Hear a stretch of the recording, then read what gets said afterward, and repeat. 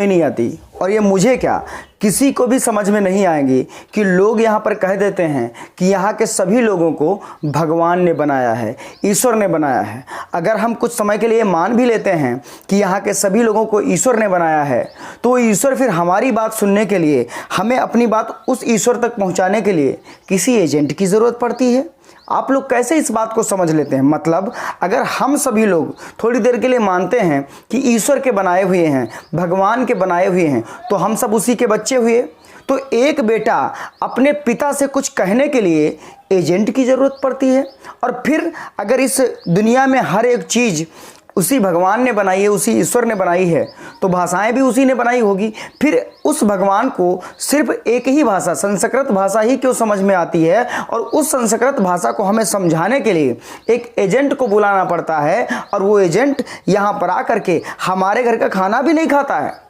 हम SC ST OBC यहाँ के मूल निवासी लोगों के घर का खाना भी नहीं खाता है, और जा करके वो यहाँ पर कुछ बोलता है संस्कृत भाषा में, वो भाषा ईश्वर तक पहुँचती है।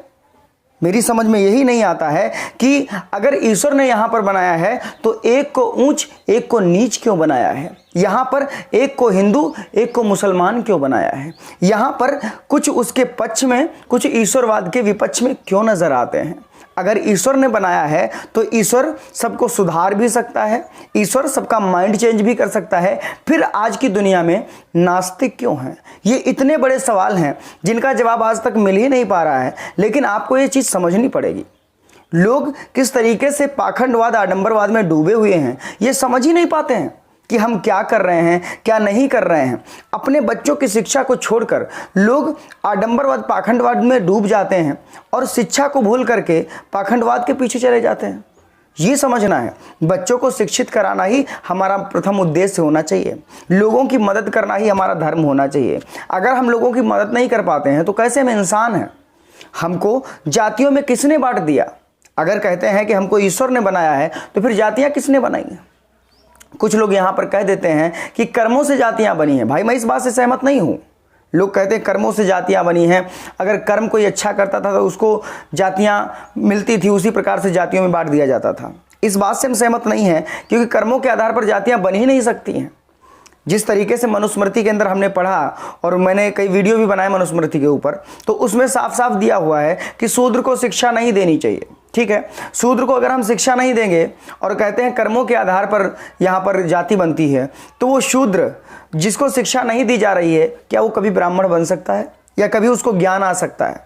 अब आप समझिएगा, जिसको शिक्षा दी ही नहीं जा रही है तो उसको कैसे ज्ञानी बना सकते हैं? नहीं बना सकते हैं।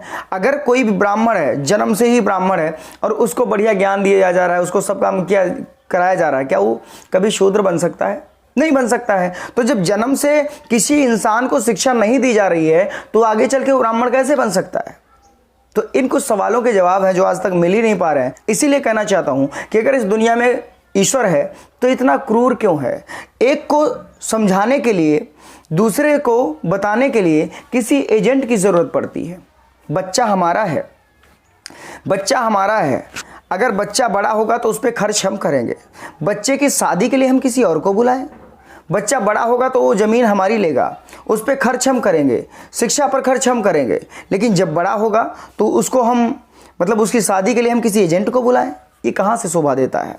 मतलब मकान हम बनवाते हैं, ईंटें हम लाते हैं, लेबरी हम देते हैं, कारीगर हम लगाते हैं, घर को बनाने वाले को पैसे हम देते हैं, अगर किसी को चोट लग जाए तो उसका इलाज हम करवाते हैं। लेकिन हमको गृह प्रवेश के लिए किसी एजेंट की ज़रूरत होती है। ये कहाँ का न्याय है? ये अगर प्रथा ईश्वर ने बनाई है तब तो सीधी बात है, ये किसी ईश्वर ने तो नहीं बनाई होगी। अगर वो ईश्वर सभी को अपना बच्चा समझता है तो ये ईश्वर ने प्रथा नहीं बनाई होगी कि किसी, मतलब अपने पिता तक हमें बात पहुँचाने के लिए किसी एजेंट की ज़रूरत पड़ती हो। तो इसका मतलब ये है कि ईश्वरवाद, पाखंडवाद, इसके चक्कर में ना पड़ें, अपने बच्चों को शिक्षित कराएं, और जब आपके बच्चे शिक्षित हो जाएंगे तो इन सबको ऑटोमेटिक छोड़ देंगे। लेकिन हाँ, शिक्षित होना और पढ़े लिखे होना में बहुत बड़ा अंतर होता है, क्योंकि पढ़े लिखे में भी दो प्रकार के लोग होते हैं, एक लिखे पढ़े और एक पढ़े लिखे। जो लिखे पढ़े होते हैं वो सिर्फ डिग्रियां हासिल कर लेते हैं, उनके अंदर सोचने की क्षमता नहीं होती है। क्योंकि भैया, जो इंसान BSc MSc और BCom MCom करने के बाद में 5वीं फेल लोगों से यहाँ पर साहित्य पूछता है, यहाँ पर मुहूर्त पूछता है तो मेरी समझ में वो पढ़ा लिखा नहीं है, वो महामूर्ख इंसान है कि जो इतना पढ़ने के बाद में 5वीं फेल इंसान से मुहूर्त पूछे। आपको समझना है, आपको विचार करना है। अत्त दीपो भव, अपना दीपक स्वयं बनिए। दोस्तों, दी हुई जानकारी अच्छी लगी हो तो वीडियो को लाइक कर दीजिएगा, कमेंट करके जरूर बताइएगा वीडियो कैसा लगा।